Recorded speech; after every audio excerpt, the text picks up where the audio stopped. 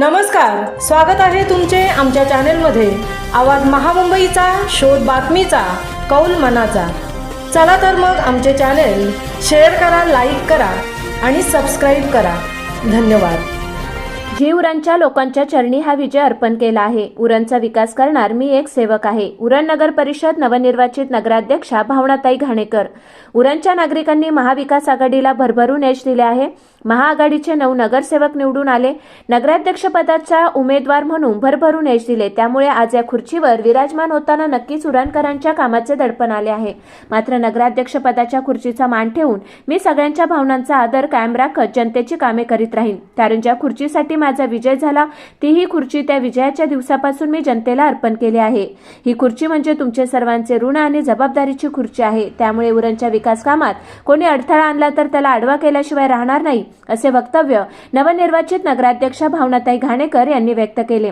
प्रतिष्ठित समजल्या जाणाऱ्या उरण नगर परिषदेच्या नगराध्यक्ष पदाच्या खुर्चीवर शुक्रवारी दिनांक 26 डिसेंबर रोजी नवनिर्वाचित नगराध्यक्षा भावनाताई घाणेकर या विराजमान होऊन त्यांनी पदभार स्वीकारला।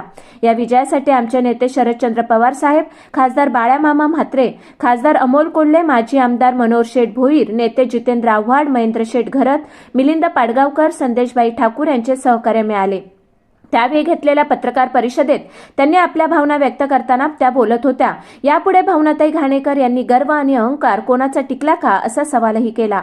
जेव्हा जनता जनार्दनाच्या मनात येते तेव्हा ही जनता कोणाला वरती आणि कोणाला खाली बसवायचे हे सर्व काही जनताच ठरवते। आपण अनेक रती महारथींच्या बोटी बुडविल्याचे पाहिले आहे। त्यामुळे अहंकार माझ्या मनामध्ये कधीच येणार नाही आणि आलाच तर मला माझी तुम्ही जागा दाखवून द्या।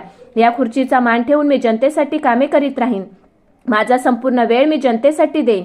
मी तुमची या उरणची लेक म्हणून मी चुकले तर तुम्ही माझ्या हक्काने कान पकडा, तुम्हाला तो अधिकार आहे।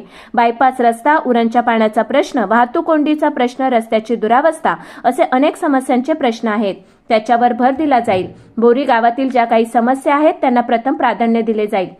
निवडणुकीच्या काळात इथल्या सत्ताधाऱ्यांनी नेत्यांवर आरोप केले, त्यांना मी सोडणार नाही। जनशक्ती विरुद्ध धनशक्ती अशी लढाई झाली, मात्र जनतेने चांगला कौल दिला आणि महत्त्वाचे नगराध्यक्षपद आपल्याकडे आले। त्यामुळे महाविकास आघाडीने आपल्या पक्षाचे झेंडे बाजूला ठेवून आपण लोकसेवक म्हणून लोकांची सेवा करण्याला प्राधान्य देण्याचे कबूल केले। सत्ताधाऱ्यांनी मूलभूत गरजांकडे दुर्लक्ष केले, मात्र या खुर्चीचा आदर राखत 15 दिवसातून जनता दरबार भरवला जाईल अशी ग्वाही त्यांनी दिली। हेल्पलाईन दिली जाईल। लोकांच्या मूलभूत गरजा सोडवण्यासाठी माझे दालन जनतेसाठी नेहमीच खुले राहील। ही खुर्ची जनतेला अर्पण केली आहे। त्यामुळे नवनिर्वाचित नगरसेवकांसह आंतरराष्ट्रीय कामगार नेते तथा काँग्रेसचे जिल्हाध्यक्ष महेंद्र शेठ घरत, संतोष पवार, भूषण पाटील यांच्यासह महाविकास आघाडीचे अनेक कार्यकर्ते तसेच उरणच्या नागरिकांनी नवनिर्वाचित नगराध्यक्षा भावनाताई घाणेकर यांना शुभेच्छा देण्यासाठी गर्दी केली होती। यावेळी माजी आमदार मनोहर शेठ भोईर, संतोष पवार, भूषण पाटील, शेकापचे रवी पाटील, मिलिंद पाडगावकर व महाविकास आघाडीचे सर्व कार्यकर्ते यांनी शुभेच्छा दिल्या। आवाज महामुंबईचा चॅनेलसाठी दिनेश पवार, उरण।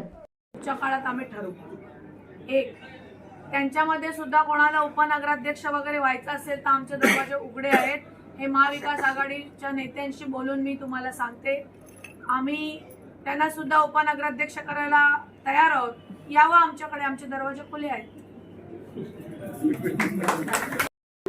नगराध्यक्षा भावनाताई घाणेकर या आम्हाला नेहमीच सहकार्य करतात आणि त्याच्यासाठी आज दिव्यांग बांधव आमची इथे जमा झालेले आहेत। आम्ही त्यांना शुभेच्छा रूपी आज त्यांना भेट देतोय आणि पुढेही अशी त्यांनी आम्हाला सहकार्य करावं ही अपेक्षा व्यक्त करून आज आम्ही पुन्हा त्यांना या 5 वर्षाच्या आणि पुढील कालावधीसाठी आम्ही त्यांना शुभेच्छा देतो।